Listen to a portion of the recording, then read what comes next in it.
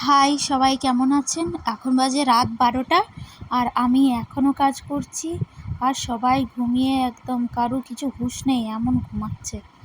এই ছোটোটাও সেই ঘুমাচ্ছে।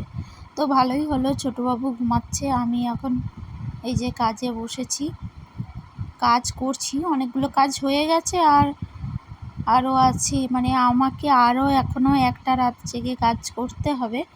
তো আমি এটা করছিলাম, তখন বারবার সুতো কেটে যাচ্ছিলো।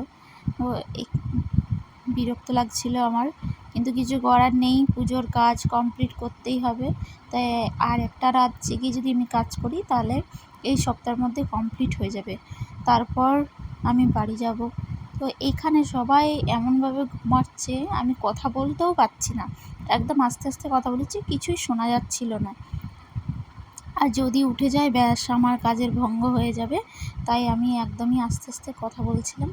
আমি অনেকটাই কাজ করে নিয়েছি, এরপরে আমি শুতে যাব। তো টাটা বাই বাই, আমি এখন ঘুমিয়ে পড়ি।